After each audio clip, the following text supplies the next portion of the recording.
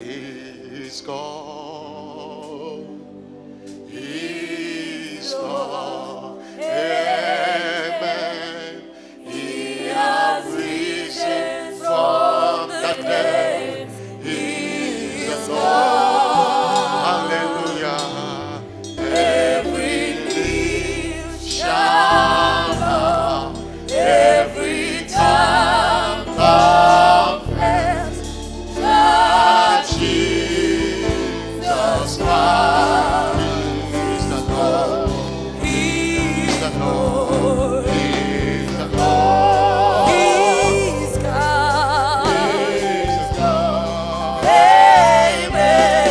He has risen from the dead. He's the Lord. Every knee must bow, Every knee shall and every tongue confess. Every tongue confess that Jesus Christ is Lord. Ni Bwana, ni Bwana,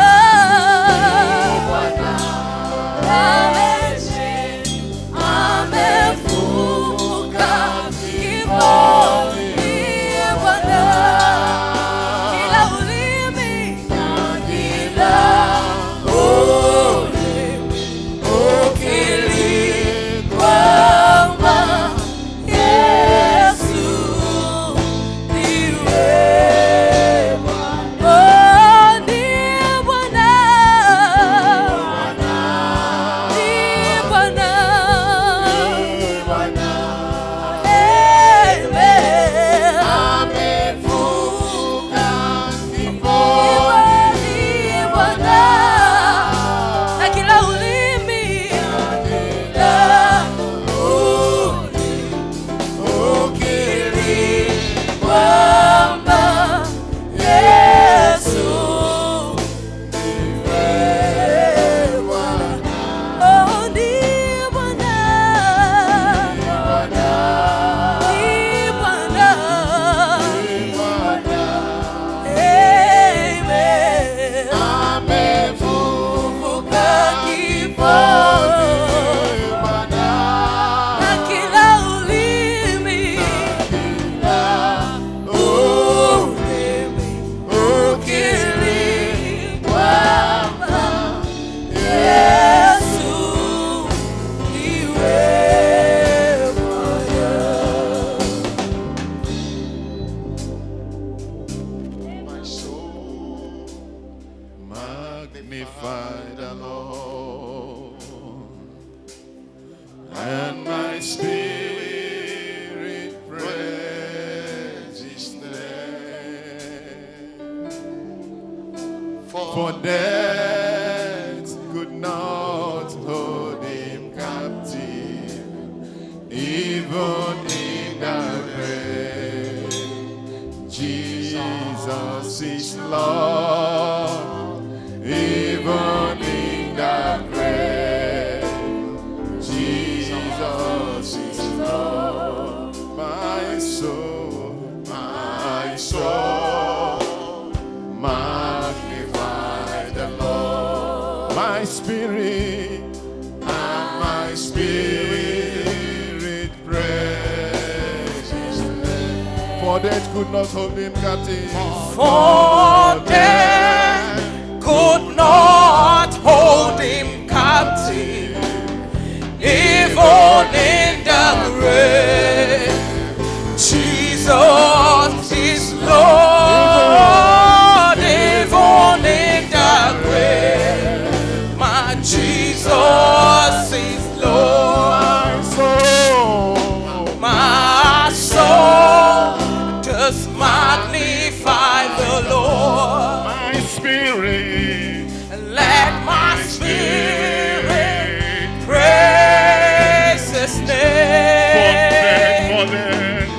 For death could not hold Him captive, even in the grave.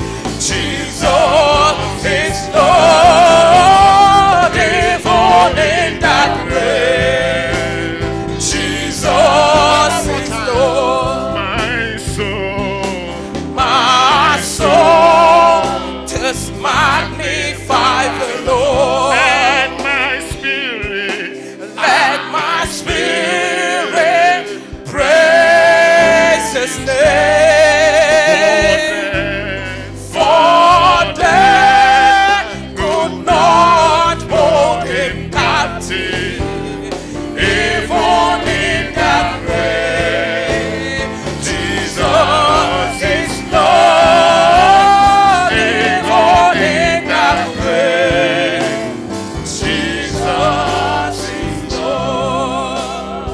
Thank you, Jesus. Worship His holy name. Mwabudu yeye.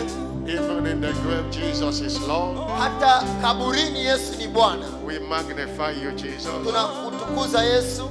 We reverence you, Jesus. Tunatetemeka mbele zako. We appreciate you, Jesus. Tunakushukuru Yesu. Blessed be your holy name. Libarikiwe jina lako takatifu. Blessed be your holy name. Libarikiwe jina lako takatifu. Blessed be your holy name. Libarikiwe jina lako takatifu. Blessed be your holy name. Libarikiwe jina lako takatifu. Blessed be your holy name. Libarikiwe jina lako takatifu. Blessed be your holy name. Libarikiwe jina lako takatifu. Receive all the praise and adoration. Pokea sifa zote na adhama. In Jesus' glorious name. Katika jina tukufu la Yesu. Somebody excited, shout a louder Unafuraha, sema amen. amina kubwa.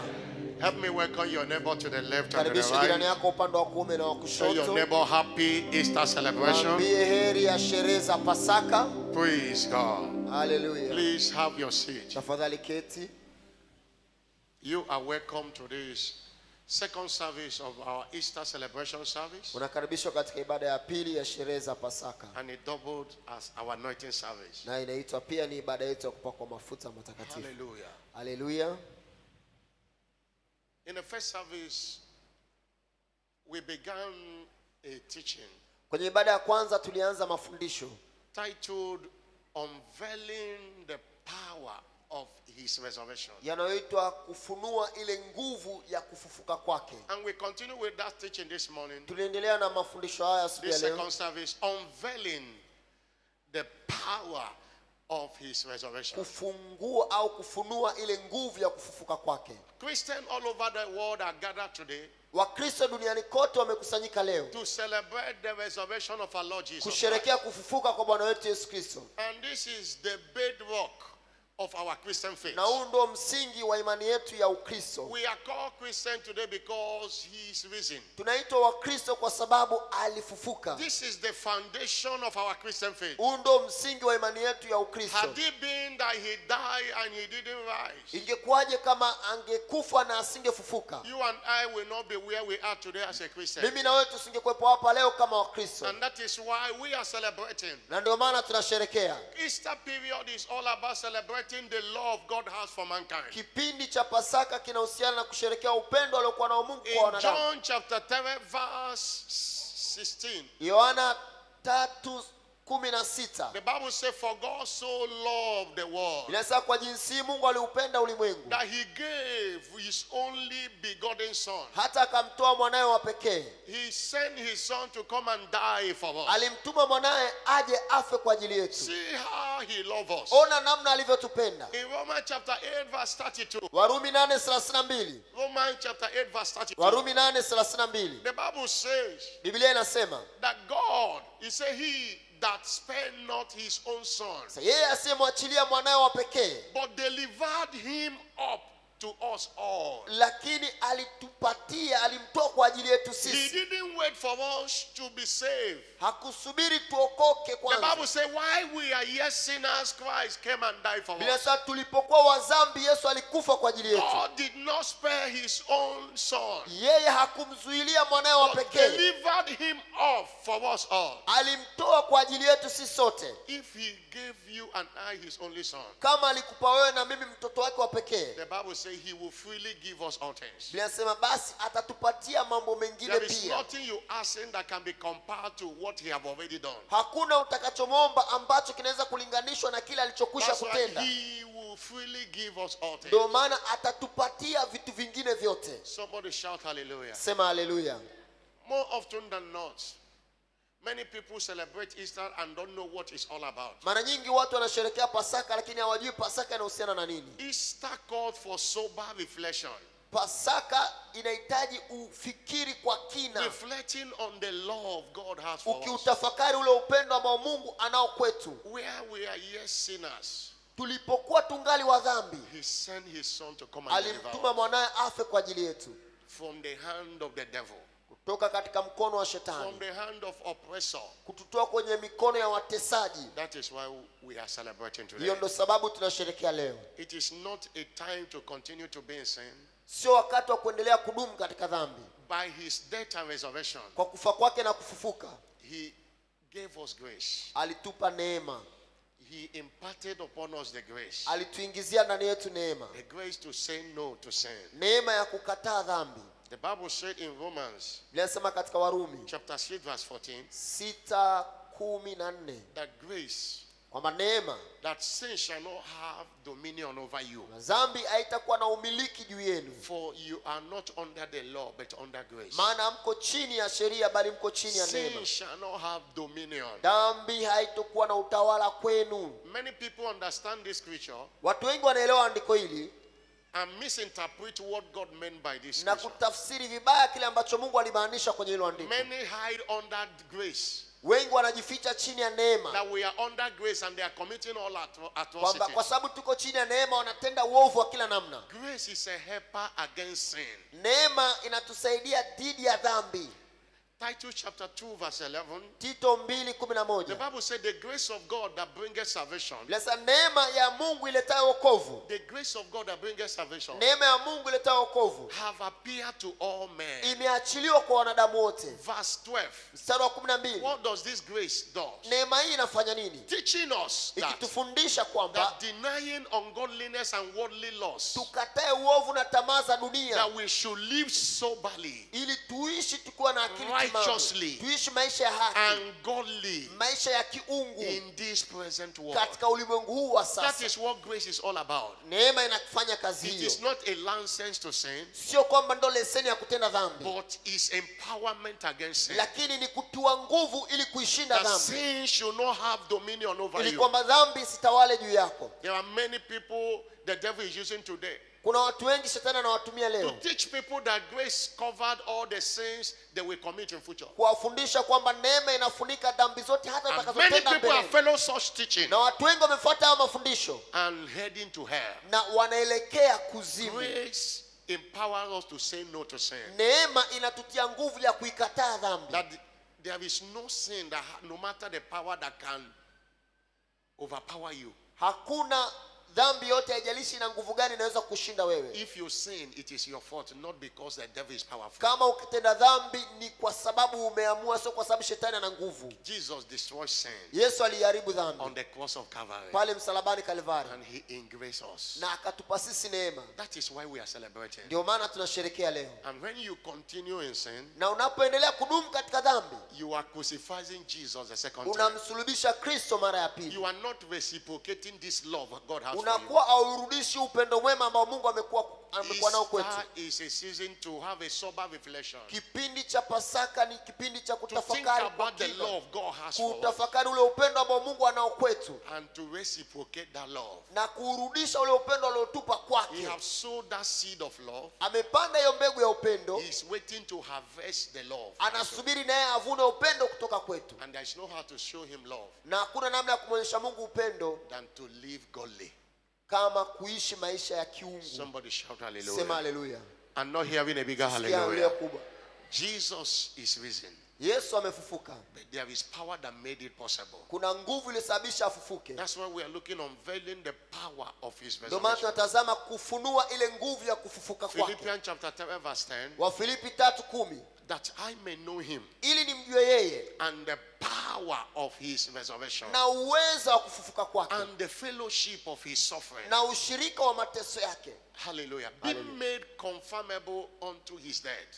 nikipata kulinganishwa na ile That mauti yake, I may know him and the power of his resurrection. ili nimjue yeye na ile nguvu ya wokovu wake wa The kufufuka. power of his resurrection is the power of the Holy Ghost. Ule uwezo ama nguvu ya ufufuo ni nguvu ya Roho Jesus could have Mtakatifu. not rise if the Holy Ghost was not involved. Yesu asingefufuka kama Roho Mtakatifu Because the asingehusika. Holy Ghost is the custodian of the power of God. Sababu Roho Mtakatifu ndiye anayebeba nguvu ya Mungu. When Jesus died Yesu alipokufa and he was buried, na alipozikwa, God sent his Holy Spirit Mungu alimtuma Roho wake Mtakatifu to raise him from death. aende amfufue toka And kwenye Romans wafu. chapter 8 verse 11 Warumi 8:11 didn't call it power, he called it the Holy Spirit. hakuita ni nguvu bali ita ni Roho He said, Mtakatifu. if the spirit of him Kama that Roho wake raised yeye Jesus up from death aliyemfufua Yesu toka kwenye wafu, dwell in you, kama anakaa ndani yenu, he that raised up Christ from the dead yeye aliyemfufua Yesu toka kwenye wafu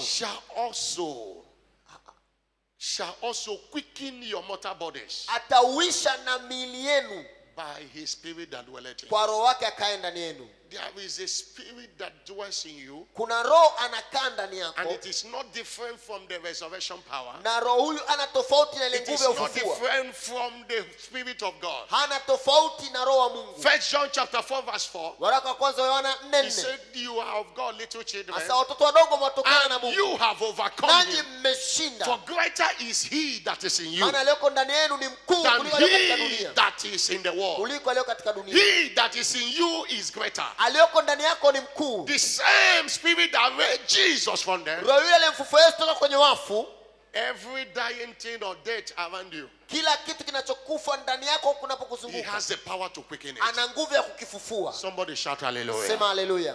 As we celebrate this Easter, Tunaposherehekea Pasaka hii, we must know that there is power that raised Jesus from them, tunapaswa tutambue kuna nguvu iliyomfufua Yesu kutoka kwenye wafu, and that power is in us. na nguvu hiyo iko ndani yetu. He can make everything dead rise again. Inaweza kufanya kila kilichokufa He kwetu can make kufufuka. dead career rise again. Inaweza kusababisha hiyo taaluma He can iliyokufa make kufufuka.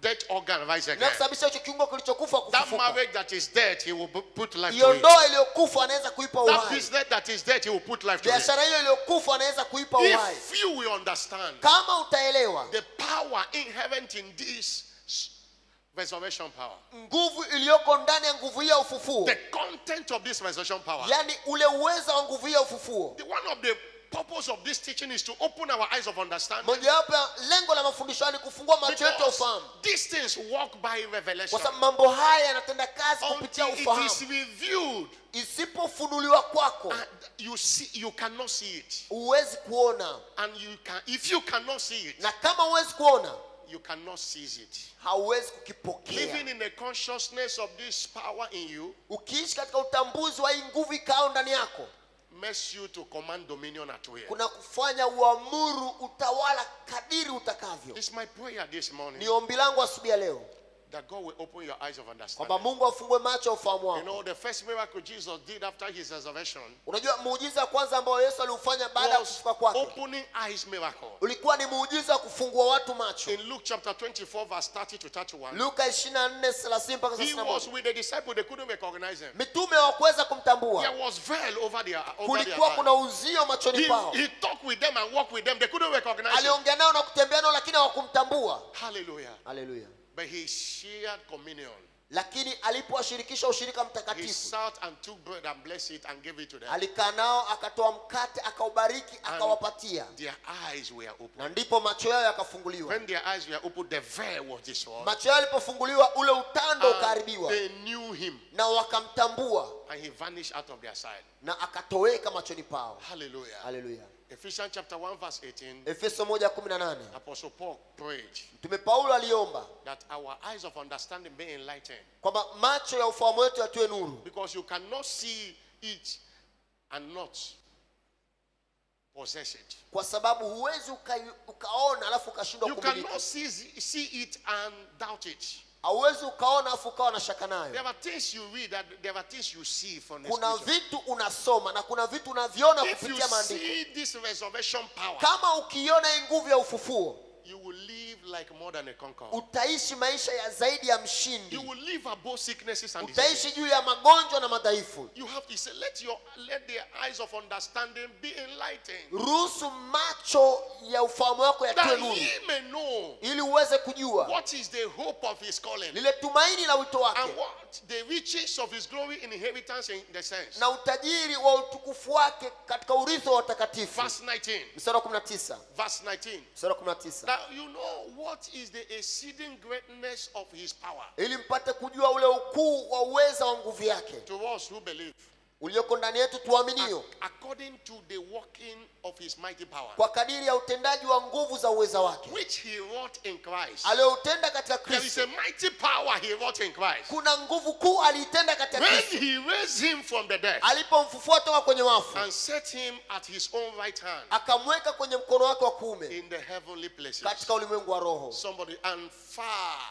above all Na principality hapo and ni power, juu sana kuliko ufalme wote, might and dominion, mamlaka na and nguvu, every name that is named, na kila jina litojalo, not only in this world, si katika ulimwengu huu tu, also in the world to come. pia katika ule ulimwengu ujao. That mighty power is the resurrection power. Hiyo nguvu kubwa ni nguvu ya It's ufufuo, the power that raised him from ni there. nguvu iliyomfufua toka kwenye wafu. And when you talk about power, Unapoongelea nguvu, you are talking about the personality of the Holy Ghost. unaongelea ule utendaji ama nafsi ya Roho Mtakatifu. Holy Ghost is power personified. Roho Mtakatifu ni nguvu iliyoko katika That nafsi. no one can do without power. Hakuna anaweza kutenda pasipo nguvu. Even Jesus in his earthly ministry needed to be empowered by the Holy Ghost. Hata Yesu kwenye huduma yake ya duniani alihitaji kutiwa nguvu na Roho Mtakatifu. In Luke chapter 4 verse 14, Luka 4:14. after he fasted, the Bible says he returned in the power of the Spirit. Baada ya kumaliza mfungo, Biblia inasema alirejea kwa nguvu za Roho. Jesus returned in the power of the Spirit. Yesu akarejea kwa nguvu za Roho. Hallelujah. Haleluya. You need to understand that this power is real. Unahitaji kuelewa hii nguvu ya ufufuo ni Somebody halisi. shout hallelujah. Sema haleluya. That was why when Jesus was going Ndio maana Yesu alipokuwa akienda, in Luke chapter 24 verse 49. Luka 24:49. Luke chapter 24 verse 49. Luka 24:49. He said, behold, I send the promise of my Father. Tazama ninaituma ahadi ya Baba, For you be tarry ye in the city of Jerusalem lakini kaeni katika jiji la Yerusalemu until you be endued with power from on high. mpaka mviko uweza utokao juu. That power there talks about the Holy Spirit. Ule uweza That anazungumzia was nguvu ya where Roho Jesus Mtakatifu. gave the promise of the Holy Spirit. Hapo ndo Kristo alitoa He ahadi ya said, Roho don't Mtakatifu. move an inch, stay in Sasa Jerusalem msiondoke, kaeni Yerusalemu until you are endued with power. mpaka mmevikwa uweza.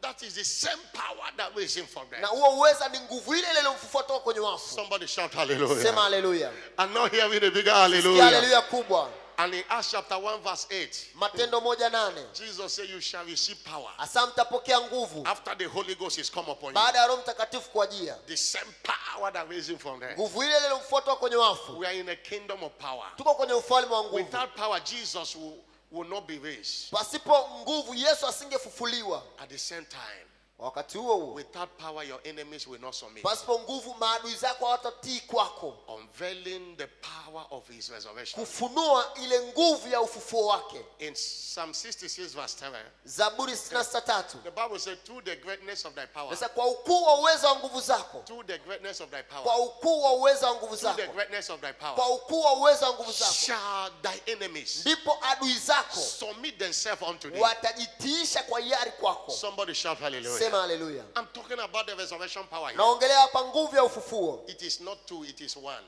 Sio nguvu mbili, ni nguvu moja. The Holy Ghost is the source of Na it. Roho Mtakatifu ndio chanzo cha hiyo nguvu. Acts chapter 10 verse 38. Matendo How 10:38. God anointed Jesus Na Mungu alimpaka mafuta with the Kristo Holy Ghost and with kwa power. Roho Mtakatifu na kwa nguvu. With the Holy Ghost and with power. Kwa Roho Mtakatifu na And kwa that nguvu. power enabled him. Na nguvu hiyo He went ilimwezesha about doing good and healing all kuzunguka that was huko na oppressed of huko the devil. akitenda mema na kuponya wote walionao na ibilisi. The same power that raised Jesus from Nguvu there ile ile iliyomfufua Yesu toka kwenye wafu will quicken your mortal body today. itafufua na mwili wako leo.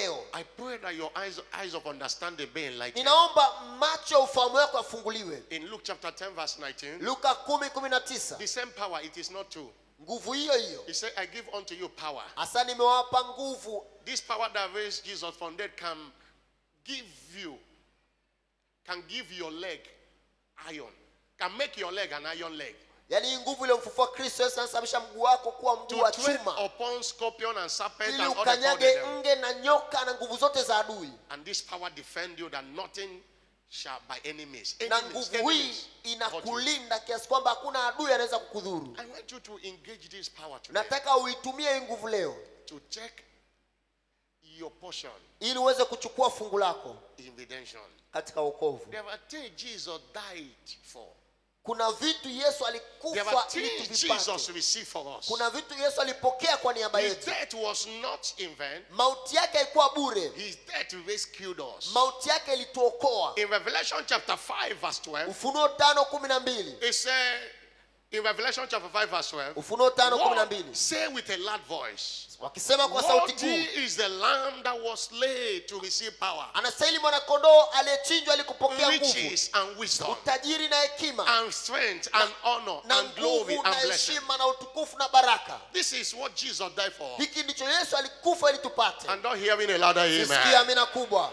If these things are not visible in your life, Kama mambo haya hayadiriki maishani mwako, you must engage the power of his resurrection. inabidi uitumie ile nguvu ya ufufuo wake. Because the Bible says when men slept, the devil came and sought them. Inasema wanadamu walipolala ndipo There is adui an akaja invisible akapanda barrier. magugu. There's an invisible barrier kuna kizuizi kisichoonekana that must be crushed ambacho lazima kiangushwe by the power of his resurrection. kupitia nguvu ya ufufuo wake, And it takes revelation. na inahitaji upate You see ufunuo. what Apostle Paul said? Unajua kile mtume Paulo alichosema That place we read in Philippians 3 verse 10. tuliposoma kwenye Wafilipi He said, 3:10, that I may know, Asema, that I may know him. ili nimjue yeye. I want to know him. Nataka nimjue I yeye, want also to know the power of his resurrection. nataka pia nijue nguvu ya ufufuo Because wake, it is all about revelation of the power kwa that makes it sababu work. kinachohitajika ni ufunuo When it is wa revealed, ile nguvu. You will be conscious of the power. Inapofunuliwa kwako That utakuwa na I may utambuzi wa know nguvu, him. kwamba nipate kumjua That's yeye. why many he knew.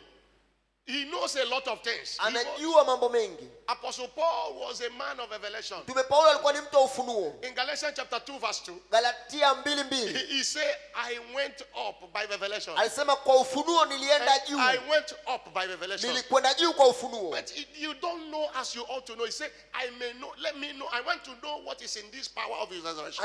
Alikuwa anataka kujua nini kilichopo katika nguvu ya ufufuo. Hallelujah. Haleluya. No wonder one day they stoned him, Ndio maana siku moja walimpiga mawe so thinking that he's dead. wakizani kwamba amekwisha kufa. All of them left him, maybe started celebrating Wote wakaondoka wakaanza kusherehekea tumeshamuua. and say, we have killed Paul today. Sasa tumemuua Paulo leo. They left him. Wakamwacha. He woke up, Akainuka, shake himself, akajitikisa, and continued his alafu journey. akaendelea na safari yake. Another time he slept in the water for 7 Siku days. nyingine alikaa majini amelala kwa siku 3.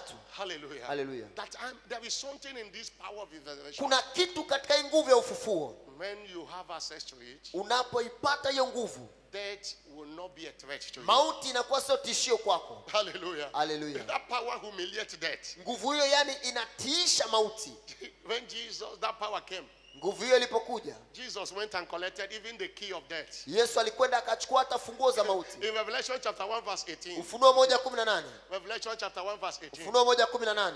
He said, I am he that liveth. Asa mimi ni yule aishie. And I was dead. Nilikuwa nimekufa. And behold, I am alive Na forever. tazama ni hai milele. Amen. Amina. And have the keys of hell and Ninazo of death. funguo za mauti He na kuzimu. collected it when he died. Alizichukua He alipokufa. collected it. Is not with the devil. Hizo funguo haziko kwa shetani tena. Somebody shout hallelujah. Sema hallelujah. He has the key of death. Ana funguo za mauti. He made a show of death openly. Alidhihirisha He waziwazi. made a show of principalities and powers openly. Alidhihirisha uwezo wake kwa falme na mamlaka Colossians waziwazi. chapter 2 verse 14 and 15. Wakolosai 2:14. Blotting out the handwriting of ordinances Akafuta yale mashtaka ya hukumu that was against us, yaliyokuwa yakituhukumu which sisi, was contrary to us. ambayo alikuwa kinyume nasi. He took it out of the way, Aliyaondolea mbali, nailing it to the cross. akagongomea msalabani. Having spoiled principalities Baada ya and kuzivua powers, enzi na he mamlaka, made a show of them openly, akajifanya mkongo katika huo msalaba, triumphant over in it. akishangilia kwenye huo He msalaba. nailed it on the cross. Aligongomea msalabani. Somebody shout a bigger Sema haleluya hallelujah. kubwa. I'm not hearing a bigger Sikia hallelujah. haleluya kubwa. What is the effect of this resurrection power? Matokeo ya ufufuo huu ni yapi? The resurrection power Nguvu ya ufufuo is ordained for our change of story imekusudiwa kubadilisha historia yetu from filthiness to holiness. kutoka katika hali ya uovu kwenda ya That utakatifu, sin will not have dominion over ili you. dhambi isitawale juu yetu. From filthiness to holiness. Kutoka kwenye uovu, maisha ya dhambi, kwenda kwenye utakatifu. Somebody shout hallelujah. Sema haleluya. Stop blaming the devil that the devil is the reason you are committing all sorts of sins. Acha kumsingizia shetani kwamba ndiye sababu unatenda hizo dhambi. The resurrection power delivered grace to say no to sin. Nguvu ya ufufuo ilitupa neema ya wewe kukataa dhambi. Devil have no power to force you to sin. Shetani hana nguvu ya kukulazimisha utende dhambi. Stop saying it is the devil, it is not the devil. Acha kumsingizia shetani, sio shetani, It is you. ni wewe mwenyewe.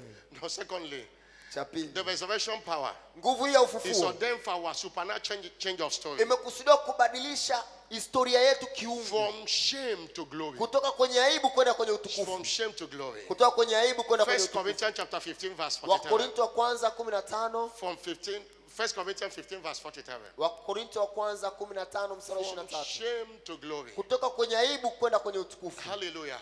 Haleluya. The Bible says that it is sown in dishonor, but it is raised in glory. Anasema imepandwa katika aibu lakini inafufuliwa The katika death of utukufu. Jesus was, the death on the cross Unajua kile kifo msalabani was a death somebody that committed. ni It was a shameful death. kilikuwa kifo cha aibu. And that was why Jesus was dying in dishonor. Ndio maana Yesu alikufa katika aibu, But he was raised in glory. lakini alifufuliwa katika utukufu. Somebody shout hallelujah. Sema haleluya. This resurrection power change our life from shame to glory. Hii nguvu ya ufufuo inabadili maisha yetu kutoka kwenye aibu kwenda kwenye utukufu. Thirdly, Cha tatu, it changes us from captivity to liberty. inatubadilisha kutoka kwenye umateka kwenda kwenye For uhuru. we are no more captives to sin and to the devil. Maana sisi mateka tena wa dhambi na He shetani. broke the yoke of captivity. Alivunja ile nira ya umateka. Matthew 27 verse 50 to 53. Mathayo 27:50 mpaka 53. Matthew 27 verse 50 to 53. Mathayo 27:50 mpaka 53. Please help me put it on the screen. Let me read it. Niwekee hilo andiko.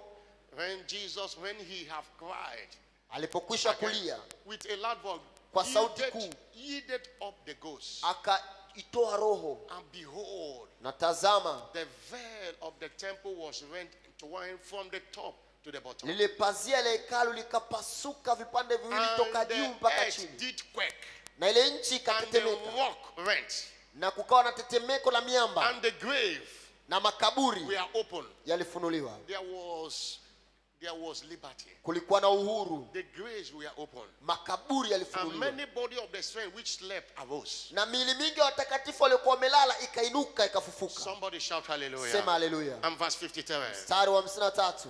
Verse 53. Mstari wa 53. And came out of the grave after his resurrection, Nao wakiisha kutoka makaburini mwao baada ya kufufuka, and went into the holy city Wa- and appeared to many. wakauingia mji mtakatifu, wakawatokea watu wengi. Everyone in any kind of captivity, Kila mtu hapa katika umateka wote, by the resurrection power, kwa nguvu ya ufufuo, I declare your liberty today. natamka uhuru wako.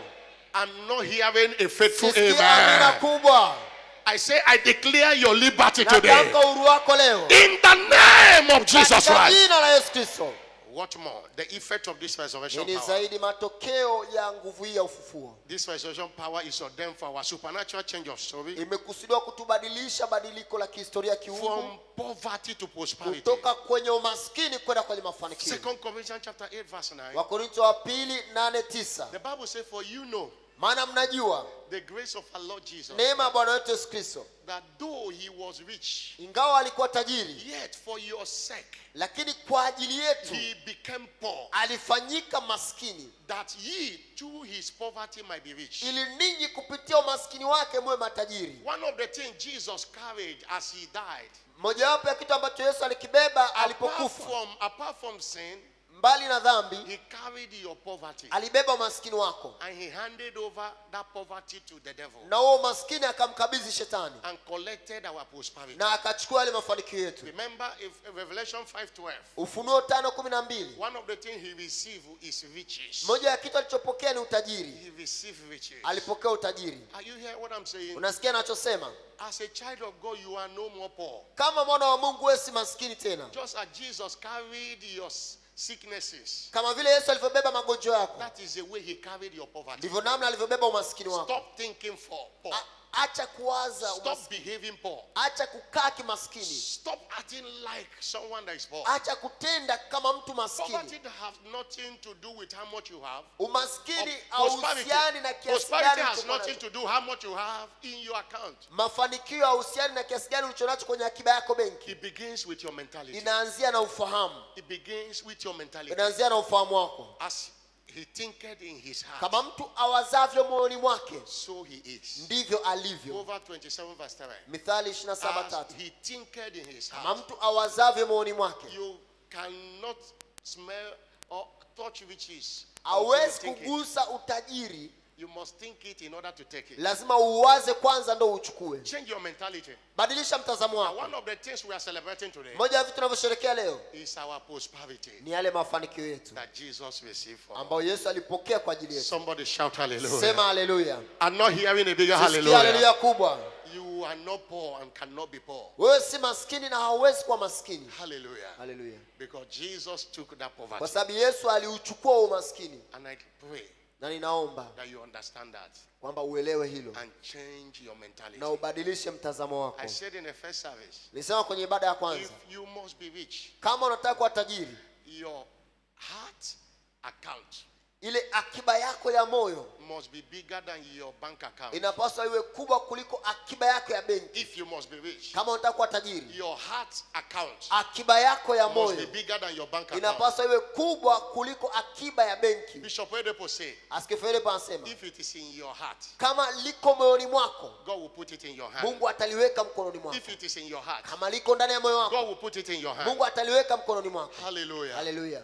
What is the effect of this? Nini matokeo ya nguvu hii ya ufufuo? The power of his resurrection Nguvu ya ufufuo is ordained imekusudiwa for our change of story ili kubadilisha historia yetu from sickness, kutoka kwenye divine health. magonjwa kwenda kwenye afya, from sickness to divine kutoka health. kwenye magonjwa kwenda kwenye afya ya kiungu. Somebody shout Sema hallelujah. haleluya. From sickness to health. Kutoka kwenye magonjwa kwenda kwenye afya ya kiungu. Romans chapter 8 verse 17. Warumi 8:17. Romans chapter 8 verse 17. Hallelujah. Haleluya. The Bible says, if children, then heirs, and we are heirs of God, and we are joint heirs with Christ. Kama sisi ni watoto, basi tu warithi, ni warithi pamoja na Kristo. If so, be that we suffer with him, and that we may be glorified together. Kwa hivyo tuliteswa pamoja naye ili tuweze kutukuzwa pamoja naye. Hallelujah. Haleluya. Just as Jesus suffered, we are together with him. Kama ambavyo Everyone that is Yesu alivyoteseka, tuliteseka pamoja naye, and we are glorified. na sasa pia tumetukuzwa pamoja There naye. is no sickness in his body, Hakuna ugonjwa katika mwili wake, and there is no sickness that permitted in our body. na hakuna ugonjwa unaoruhusiwa katika miili yetu.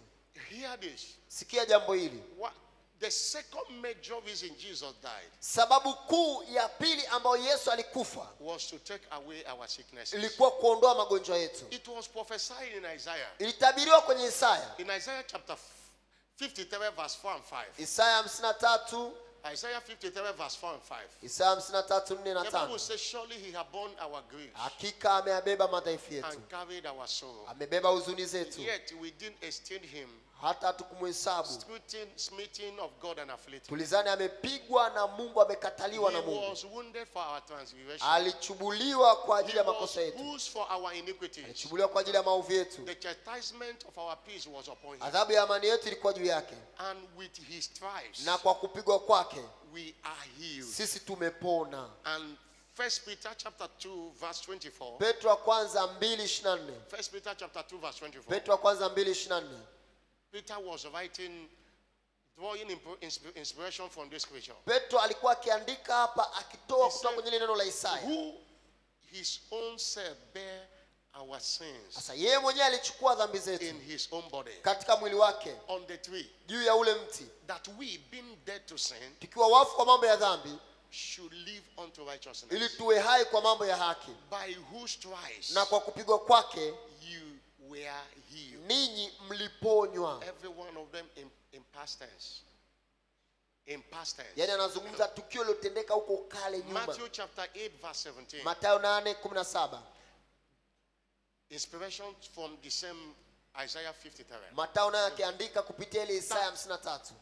Look at verse 16 first. Tazama ule mstari wa When the 16. evil was come, they brought unto him many that were possessed with devils, Walimletea wengi waliomilikiwa na mapepo, and he cast out the spirit with his word, akawatoa wale mapepo kwa neno lake, and healed all that were sick, akawaponya wote waliokuwa wagonjwa, that it might be fulfilled, ili litimie which was spoken by Isaiah the prophet, lile neno lilonenwa na nabii Isaya saying, likisema, himself yeye mwenyewe took our infirmity, aliutoa udhaifu wetu, he took it aliutoa, and aliuchukua bare our sicknesses, na akayachukua magonjwa yetu, he carried it. alibeba. I told them a story in first service. Kwenye ibada ya kwanza niliwaambia One habari American journal I read, who classifies sicknesses into 39. ya huyu daktari aliyegawanya magonjwa katika And he was writing that makundi 39, each stroke of a cane they flogged Jesus na katika kila pigo au mjeredi waliompiga Yesu represent one sickness. unawakilisha ugonjwa Because they mmoja. flogged him 39. Walimpiga Yesu mijeredi 39. What a coincidence. Inafanana hiyo. As they flogged him the first one, Walipompiga mjeredi wa kwanza, malaria cancelled. malaria They ikaondolewa. flogged him the second one, Walipompiga mjeredi wa pili, HIV settled. ukimwi ukaondolewa. They flogged him the third one, Pompiga mjeredi wa tatu, hepatitis settled. hiyo They hepatitis flogged him the ikaondoka. fourth one, Mjeredi mwingine, diabetes destroyed. kisukari kikaondolewa. Every sickness known to man Kila ugonjwa unaotambulika na mwanadamu was settled on the cross of Calvary. ulishughulikiwa katika msalaba wa Kalvari. Somebody shout hallelujah. Sema haleluya. I'm not hearing a bigger Sikia haleluya hallelujah. kubwa. He paid for your body.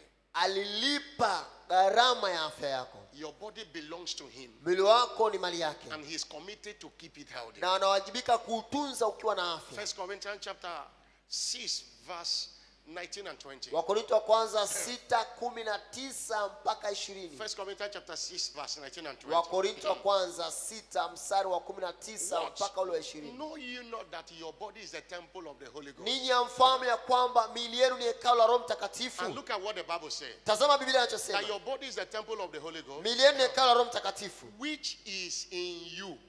ambaye akae ndani yenu. Aya Catholic, the Holy Ghost that is in you. Yaani Roho Mtakatifu akae ndani yenu. That is why John 4:4, 1 John 5:4 verse Ndio maana 4. waraka kwanza Yohana 4:4 He said, greater is he that is in you. inasema aliyoko ndani yenu ni mkuu. And Romans 8:11. Warumi If 8:11 the spirit of him that raised Jesus from dead kama Roho wa Kristo dwell in you. aliyemfufua katika wafu anakaa ndani yenu. Connect these three scriptures Unganisha maandiko matatu and let your eyes of understanding be enlightened. na macho yako ufahamu He yafunguke. said, which is in you, Anasema akae ndani yenu that which you have of God. na Roho huyu mliyepewa na Mungu, And you are not your own. You are not your own. wala ninyi si mali yenu wenyewe. You belong to God. Ninyi ni mali Your ya body Mungu. belongs to God. Mwili wako ni mali ya Mungu. For you are bought with a price. Maana mlinunuliwa kwa thamani. That price was paid on the cross of Calvary. Thamani hiyo ililipwa katika You msalaba wa are Kalvari. bought with a price. Umenunuliwa kwa gharama. Therefore, glorify God in your body. Hivyo basi mtukuze Mungu katika miili Even yenu. your spirit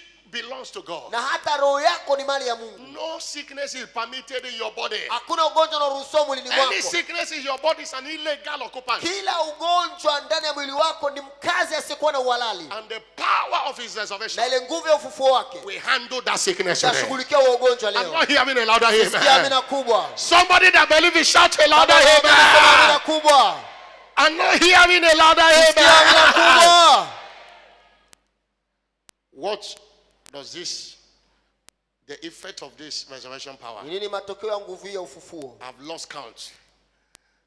But this resurrection power, any number you can give to it, Unaweza ukaandika namba yote inayofuatia hapo kulingana na is mtiririko wako. ordained for our change of story. Imekusudiwa kutubadilisha historia zetu From death to life. kutoka kwenye mauti kwenda kwenye uzima. 1 Corinthians chapter 15 verse 53. Wakorintho wa kwanza 15:53. Jesus handled death and made death of no power. Yesu alishughulikia mauti na kuifanya mauti kutokuwa na nguvu. 1 Corinthians 15 verse Wakorintho wa kwanza 15 verse 53. mstari wa 53. He said 53 to 57, for in this corruptible must put on incorruption, Maana sharti uharibikao uvae and kutokuharibika, this mortal must put on immortality. na ufao uvae kutokufa. So when this corruptible shall be put on incorruption, Basi uharibikao utakapovaa and kutokuharibika, this mortal shall have put on immortality, na uwakufa utakapovaa kutokufa, then shall be brought to pass the saying hapo ndipo litatimia lile that neno is written, lililoandikwa, death is swallowed up in victory. mauti imemezwa kwa kushinda. Oh death, Mauti, where is thy sting? kuwapi kushinda kwako? Oh grave, Kaburi, where is thy victory? wapi ushindi wako? The sting of death is sin, Ule sababu ya and the dhambi, strength of sin is the law. nguvu ya dhambi ni sheria, But thanks be to God, lakini ashukuriwe Mungu we gives us victory atupaye kushinda through our Lord Jesus Christ. kupitia Bwana wetu Yesu Kristo. By his resurrection, Kupitia kufuka kwake he have given us victory over death. ametupa ushindi dhidi ya mauti. Death has no power to destroy your life. Mauti haina nguvu ya kuharibu maisha yako. Remember Revelation 1:18 quoted earlier. Kumbuka ile Ufunuo 1:18 tuliosoma kule Jesus nyuma. said, I was dead. Yesu asema nalikuwa He said, nimekufa, I am he that liveth mimi ndiye nilikuwa hai, and was dead. nilikufa huko nyuma. Behold, I am alive Tazama forevermore. niko hai And I have the keys of hell na and death. ninazo funguo za mauti na kuzimu. And Jesus cannot have it and use it against you. Na Yesu hawezi kuwa na funguo za He mauti na cannot have kuzimu it and use akatumia it kinyume against your nawe. parents. He cannot have it and use it against your Hawezi parents. kuzitumia hizo funguo He cannot kinyume have na it and wazazi use it wako. against your children, Hawezi your kutumia siblings. kinyume na watoto wako. That untimely death plague in your family Lile pigo la kufa kabla ya wakati kwenye familia yako is over today. limekoma leo. I'm not hearing a louder Sikia amina amen. kubwa. What the devil uses now kile ambacho shetani anatumia sasa is the fear of death. ni ile hofu ya The mauti. fear of death kills. Hofu ya mauti inaua.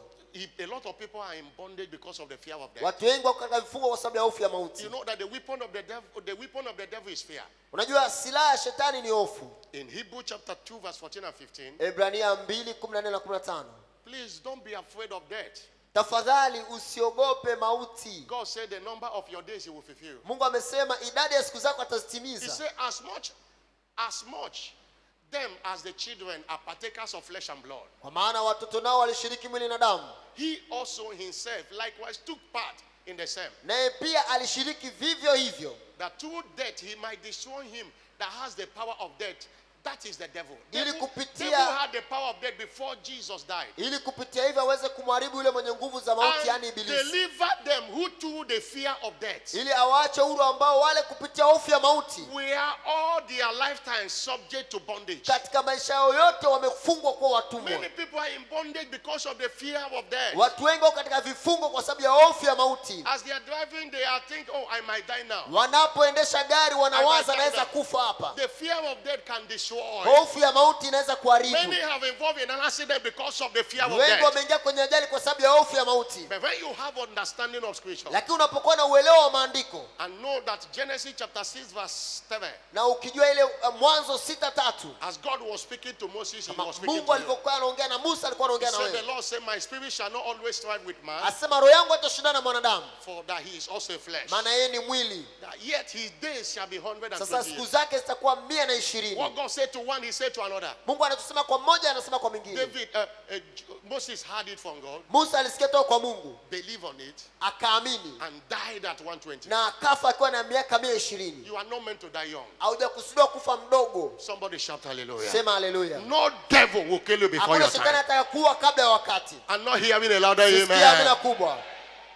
Psalm 91 verse 16. Zaburi 89:16. Psalm 91 verse 16. 89:19 Zaburi. The Bible says, Biblia inasema it says with long life. kwa maisha marefu. That is God's promise for you. Hiyo ni ahadi ya Mungu kwako. With long life, Kwa maisha marefu will I satisfy him? nitakutosheleza. God will satisfy you with long Mungu life. atakutosheleza kwa maisha marefu. Exodus 23 verse 26. Kutoka 23:26. Exodus 23 verse 26. Kutoka 23:26. The Bible said there was not a cast young nor be barren in the land. Nasema hakuna atakayeharibu mimba wala atakayekuwa tasa kwenye The nchi yako. number of their days Idadi ya siku zao I will fulfill. If nitazitimiza. the devil is threatening you with the fear of death, Kama shetani anakutisha kwa hofu ya mauti, don't give in to him. usimruhusu. Just discard it. Wewe tu mpotezee. Tell yourself I'm not dying. Yaambie mimi sifi. You can't kill me before my time. Hawezi kuniua kabla ya muda wangu. You still have a lot of things to do for God. Bado una vitu vingi vya kufanya kwa ajili ya Mungu. There are a lot of souls ties to your name to Kuna bring to the nafsi kingdom. nyingi ambazo unahitaji wewe uzivune. God will not allow you to die young. Mungu hatakuruhusu ufe kabla ya wakati. That fear of death is destroying your Hofu life ya today. mauti imeharibiwa leo. I'm not hearing a louder Sikia amina amen. kubwa. Somebody shout a bigger Sema amen. amina kubwa.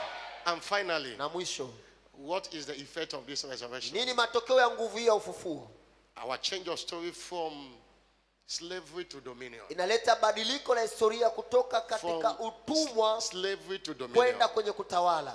By the resurrection of Jesus, Kupitia kufufuka kwa Kristo, we becomes a candidate of dominion. tunakuwa tunafanyika watu wa kutawala. Ephesians chapter 2 verse 6. Efeso 2:6.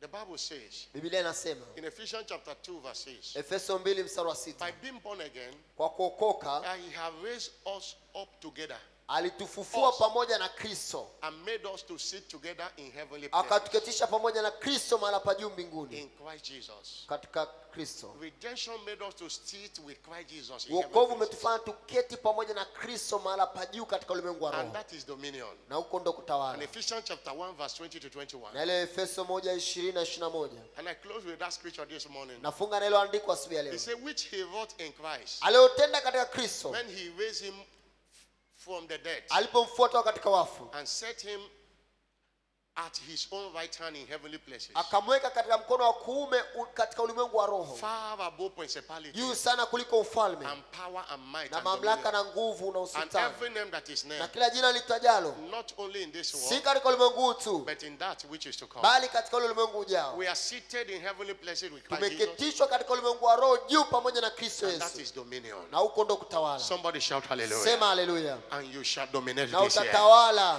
Rise up on your feet Simama kwa miguu and lift yako, up your voice and give him inua the sauti glory. yako, mpe Mungu Rise utukufu. up on your feet. Simama kwa miguu yako. Somebody bless, shout a bigger Umebarikiwa, sema hallelujah. haleluya. Lift up your voice and appreciate Inua him. sauti yako, mtukuze yeye. Oh, the power of his resurrection Ile nguvu ya ufufuo wake can be engaged unaweza ukaitumia to take what belongs to ili you. uchukue kile ambacho ni mali yako.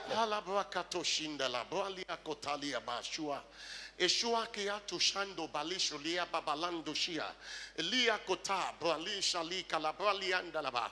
Everyone pray in the Holy Ghost now. If you are baptized, Nena kwa lugha kama ubatizwa na pray Roho in the Holy Mtakatifu. Ghost. Nena You kwa are lugha. stirring up the power and everything dead Unaponena kwa and dying lugha, around you. unaamsha ile nguvu. Pray in the Holy Ghost. Pray in the Nena kwa Holy lugha, Ghost. nena kwa lugha. Oh, yalakotekandoli yakoshianda labando.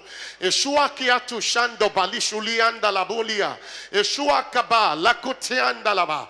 O yande ketishuba lando belea ayuleando belea kotando lando lindo lobo ndikichulanda eshuande kalaboshiande kalabonshiande eshuande kabralisho lande kalaboshia baba opande kalikatoshi kaliba shuande kaliba shulia bando balando ba inu balande kaliboshi kaliba eshua kata balande kelobo shinde la brande ishuande kabra kundelande loba eshuande ka bakuti laba eshukande kalisho landa alala bakata katulikiti shulia eshuande kali bashulia bababa alubande alubando ekuta balisho lande le balaba likitalia balaba. Holy Ghost is touching someone now with his resurrection power. Bakuta lande la balisho liaba. Someone is being delivered now. Eshuakaba lakatonde lavo eshuande kalabo andalaba oyande kaliboshi andalabolia eshuande kaliboshi andalaboliaba ayulianda katusha kabalisholia ekuta baliko tande eshuande ka ayulianda kalaboshi ababa ayuliande kaliboshi alaba elia kato balanda ayuliande ketoshia kabalisha lakatonde kietoshia leketusha kabaliko taliaba ayuliande ketusha laba ekotande kalaboshi andalabolia baba. Engage the power of his resurrection. Tumia nguvu ya ufufuo And wake. anything that does not represent God in your Kila life, kitu ambacho kimwakilishi Mungu kwenye maisha begin yako, to stand against it by the anza kwenda power of his kinyume nacho resurrection. kwa nguvu ya ufufuo wake. Apostle Paul said that I may know him Tumepaswa niweze and the kumjua yeye.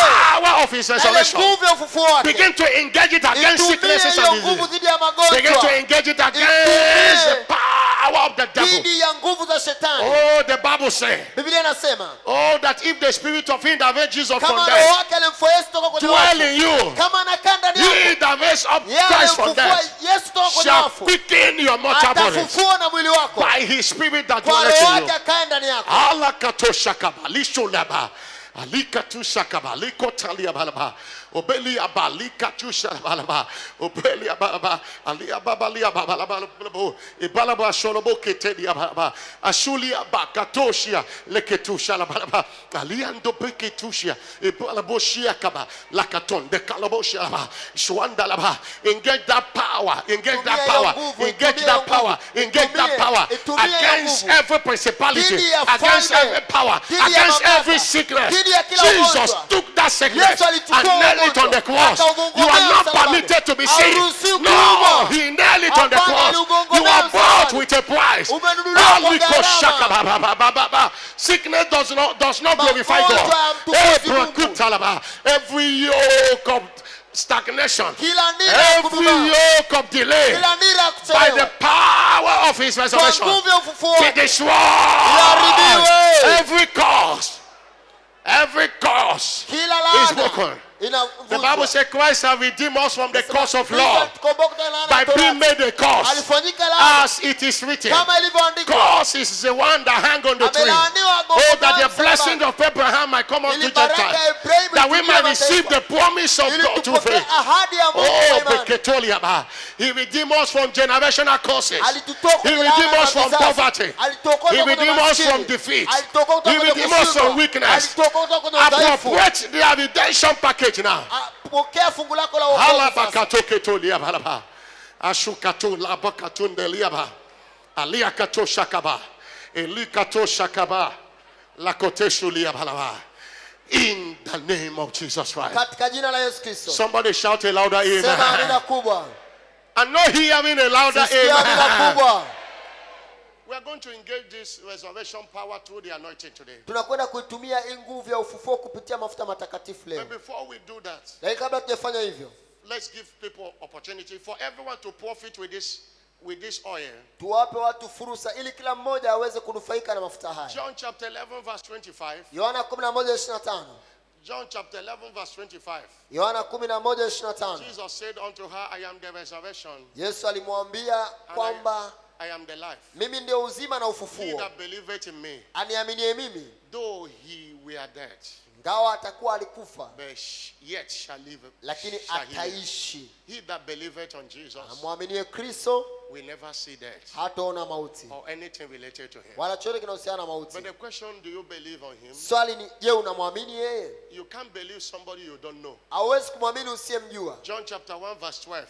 As many that have received him, to them he gave power to become the sons of God. As many that receive him. If you have not received him, the power of his resurrection will not work for you. To be a Christian and still suffering what unbelievers are suffering, it is not good. When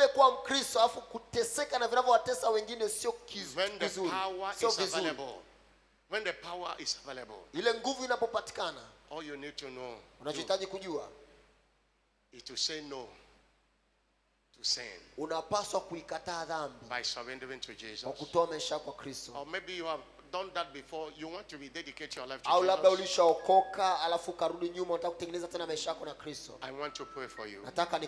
2 sets of people. Now pray for grace upon your life. And you'll be anointed with this oil of resurrection power. You want to be born again? You want to rededicate your life? Put your hand on your chest, let me pray. Put it on your chest, let me pray. Put it very well. And take a step. Come here, let me pray for you. Come, let me pray for you.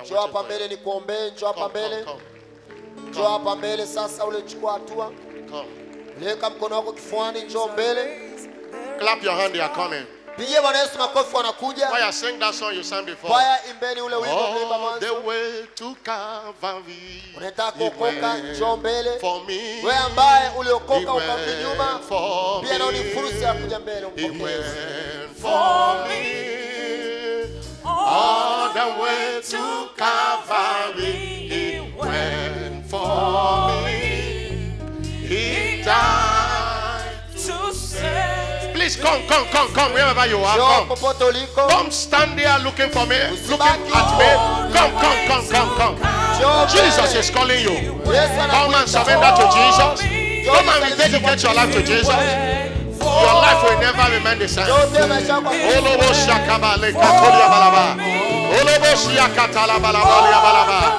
To Calvary, He went for me. He died to set me free. Come, I'm waiting for you.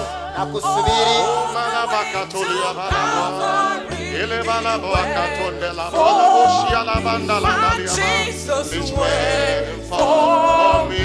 My Savior went for me. All the way to Calvary, He went for me. He died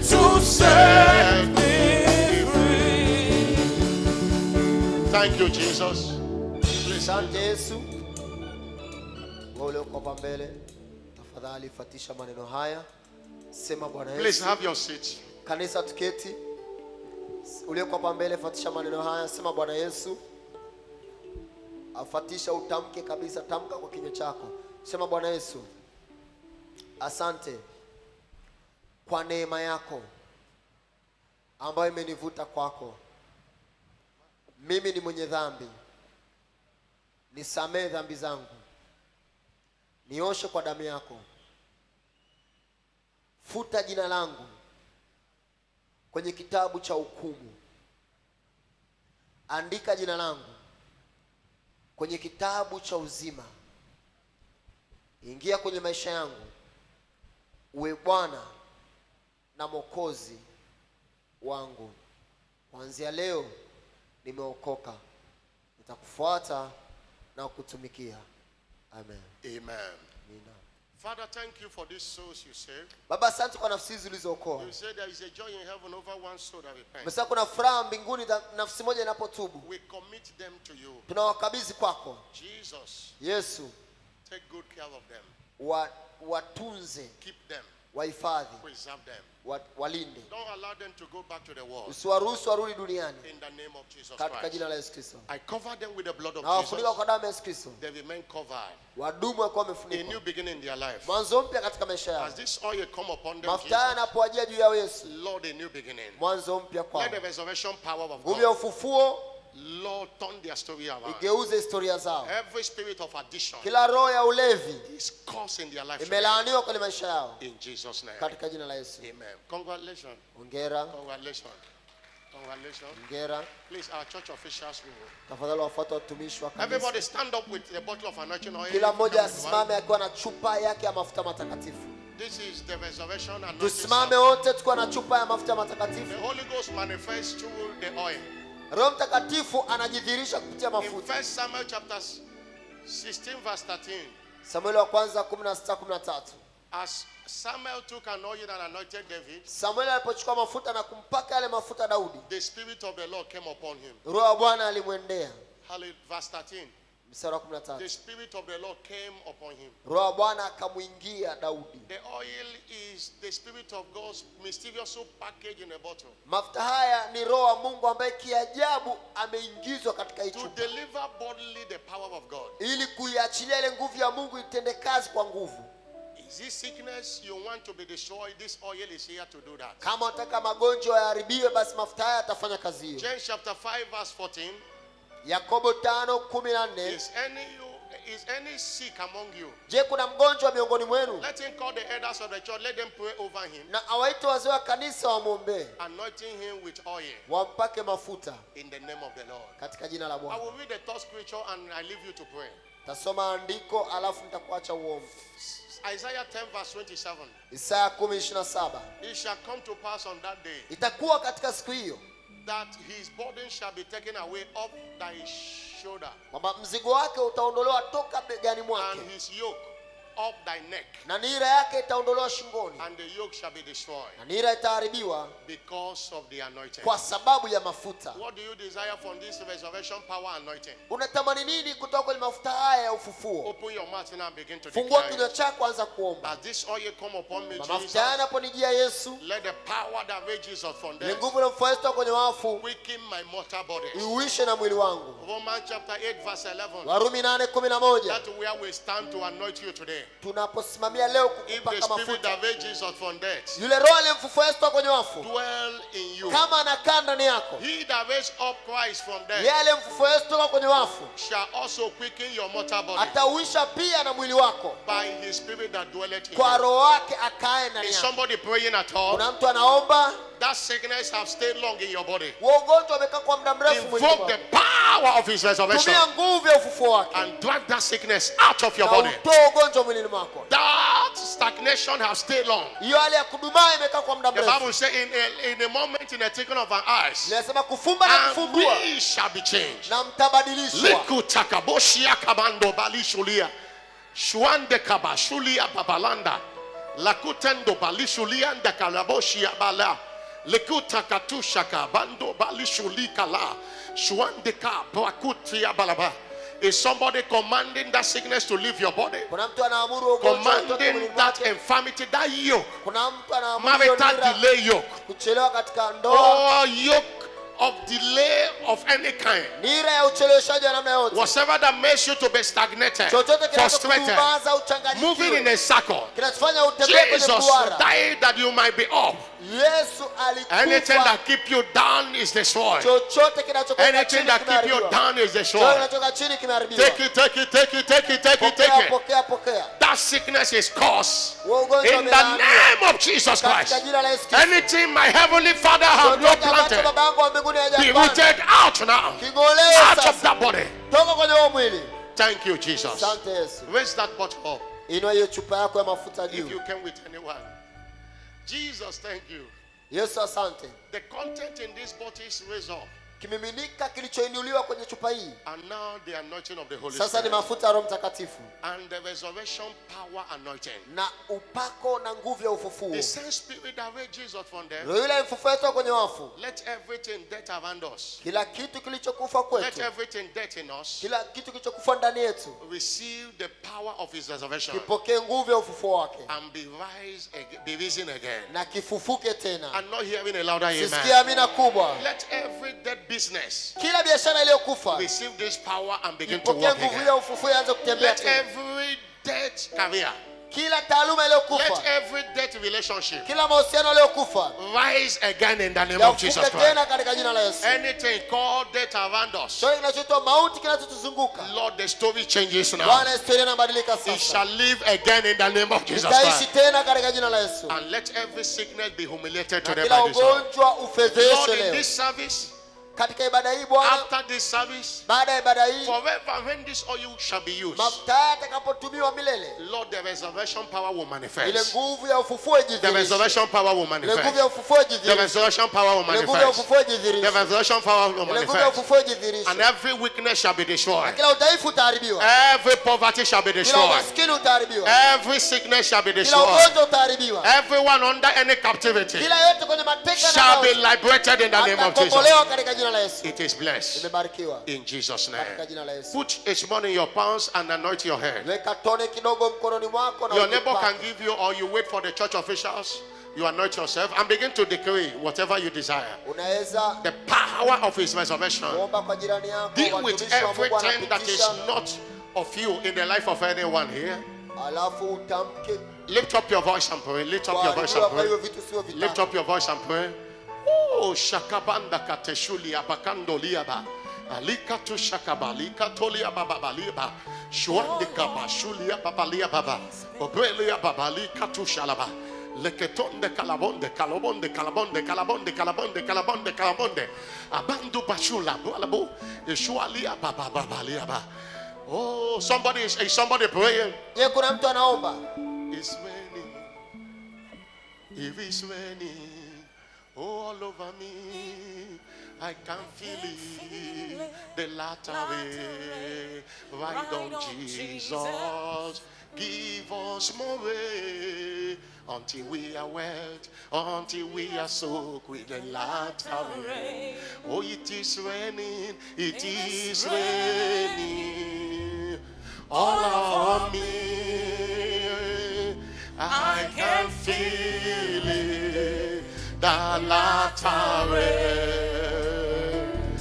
Right on, Jesus, give us more rain until we are wet, until we are soaked with the latter rain. Thank you, Jesus.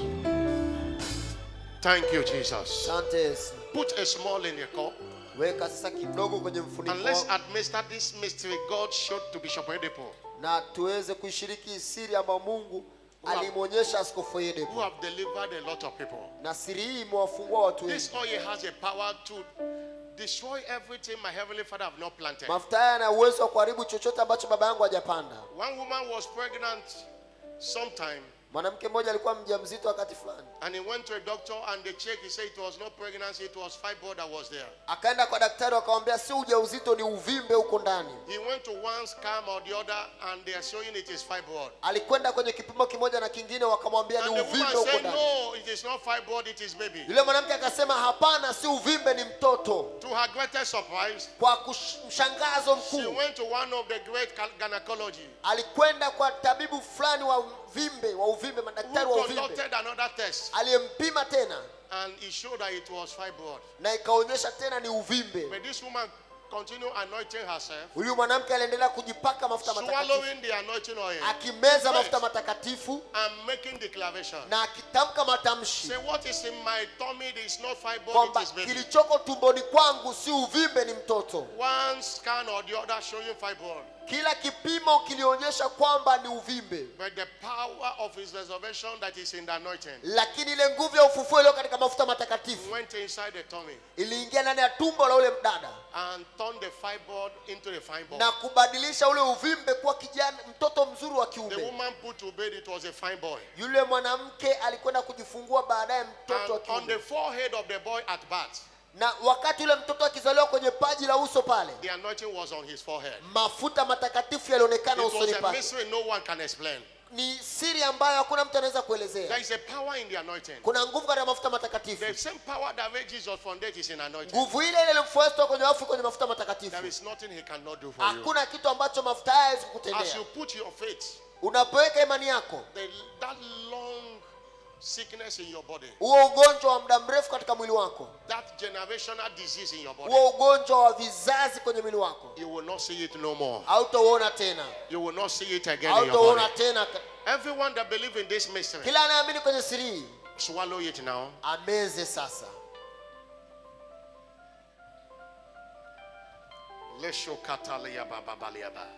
Lift up your voice and give him all the glory. Na sauti yako mpe Mungu. Begin to declare your liberty now. Anza Declare your kutamka uhuru health. wako, Declare, afya I am yako. healed. I am Tamka, healed. I am healed. nimeponywa, I am made whole. nimefanywa Oh, kuwa that mzima, yoke is destroyed dira by the imeharibiwa power kwa of his nguvu ya resurrection. ufufuo. That yoke is destroyed Dira by imeharibiwa the crucifixion of Jesus and kwa his resurrection. kusulubiwa kwa Yesu. Oh, I am made whole. I am made Nimefanywa kuwa whole. I am mzima. made whole. I am made Nimefanywa kuwa whole. mzima. I am made whole. Nimefanywa I am kuwa made mzima. whole. Nimefanywa kuwa Leketo mzima. kalabalabalaboshalaba. Everyone pray in the Holy Ghost now. Pray in the Holy Nena Ghost. kwa lugha sasa. Fire up that spirit. Pray in the Nena Holy kwa Ghost. lugha, nena kwa lugha, nena kwa lugha. Alabakatosha kalabalaba. Leketonde kalaboshia kaba. Likatonde. Elia bababa. Likatoliaba. That sickness is over forever. Ugonjwa umekoma milele. Thank you, Jesus. Asante Yesu. I'm not hearing a louder Sikia neno amen. kubwa. I invoke the power of his resurrection Ninaitumia ile nguvu ya ufufuo wake against every sickness and disease in your dhidi body. ya magonjwa yote na madhaifu mwilini mwako. Lose your grip over her in the name of Waachie Jesus Christ. sasa katika jina la Yesu. Lose your grip over him in the name of Waachie Jesus sasa Christ. katika jina la Yesu. Anything that mock your glorious destiny in Chochote Christ kinachoziaki hatima yako utukufu katika Kristo, is judged now in the name of kinahukumiwa Jesus sasa Christ. kwa jina la Yesu. Everything my heavenly Father have not Chochote planted ambacho in baba your yako wa body, mbinguni hajapanda kwenye mwili wako, let it be rooted out now in the king'olewe name of sasa Jesus katika Christ. jina la Yesu. From this resurrection service, Kupitia ibada hii ya ufufuo, go and enjoy divine health. nenda ukafurahia afya yako. Go and enjoy prosperity. Nenda ukafurahia mafanikio. Go and enjoy liberty. Nenda ukafurahia uhuru. Go and enjoy strength. Nenda ukafurahie In the name of katika Jesus jina la Christ. Yesu Kristo. Go and enjoy honor. Nenda ukafurahia Go heshima. and enjoy wisdom. Nenda ukafurahia hekima. Everything Jesus died for Chochote ambacho Yesu alikufa ili shall be upate, visible in your life for kitaonekana henceforth. kwenye maisha yako. When they see you for henceforth, Watakapokuona tangu sasa, they will see Jesus in you. watamwona Kristo. They will see Jesus in you. Watamwona Kristo ndani yako. Anyone being dominated by sin, Yeyote anayetawaliwa na the Bible dhambi, says sin shall not have dominion over na you. dhambi haitakuwa na utawala juu yenu. Today I decree your freedom. Natamka uhuru wako. Your freedom from addiction in the name of Bali Jesus. na ulevi katika jina la Your Yesu. freedom from addiction to Uhuru masturbation. bali na ulevi wa Your freedom from punyeto. addiction to Uhuru bali pornography. na ulevi wa kutenda Your freedom from ngono. addiction to Uhuru na sin. ulevi wa Your freedom ngono. addiction to drinking and smoking. Uhuru wa kunywa You na are free kuvuta today. sigara. Uko huru leo. In the name Katika of Jesus. jina la Yesu Kristo. Whosoever the Son of Man set free Yote ambaye mwana wa Mungu anamweka is huru, free indeed. yuko huru kweli kweli. You are free indeed in Uko the name huru of kweli Jesus. kweli. And I decree Na ninatamka Because Jesus took your place in the grave. Kwa sababu Kristo Yesu aliingia kaburini kwa niaba yako. You shall live and not die. Utaisha, utakufa. Your children will not die. Watoto wako watakufa. Your parents will not die. Wazazi wako watakufa. Your siblings will not die. Ndugu zako watakufa. Anyone that related, associated with you na wewe shall not die in the name of Jesus Christ. The number of your days, idadi ya siku zako, God shall fulfill it. Mungu atazitimiza. Anyone close to the grave, yote anayekaribia kwenda you kwenye are kaburi, rescued now in the name of Jesus Christ. sasa. Anyone they have sent hour of death to you, yote aliyetuma mshale wa mauti and kwako, anyone that wants you dead, na yote anayetaka ufe, that hour is returned back to them unarudi now. kwake. I decree back to sender Urudi now. kwake In the name of Jesus katika Christ. jina la Yesu Kristo. So shall it be. Ndivyo itakavyokuwa. Every Kila one who have anointed his or herself with this oil, kila anajipaka na mafuta haya, the resurrection power nguvu ile ya ufufuo shall be manifested in your life, itadhihirika ndani ya maisha yako, in your business, kwenye biashara yako, in your career, kwenye taaluma yako, in your marriage, kwenye ndoa yako, in the name of Jesus katika Christ. jina la Yesu Kristo. All through this week, Katika wiki it nzima shall be indeed a week of celebration itakuwa ni for wiki you. ya sherehe kwako, And everything Jesus died for that is not visible na kila in kitu your life, ambacho Kristo alikufa ili ukipate na akionekane kwenye maisha yako, people shall see it this week watu in your wataanza life, kukiona wiki hii, even forever in the name of hata Jesus. milele katika jina la Yesu. Somebody shout a louder Sema amen. amina kubwa. We give you all the glory, Jesus. Tunakupa utukufu wote Yesu, In Jesus' glorious name. katika jina tukufu. Somebody shout a louder amen. Sema amina kubwa. Somebody shout a louder amen. Sema amina kubwa.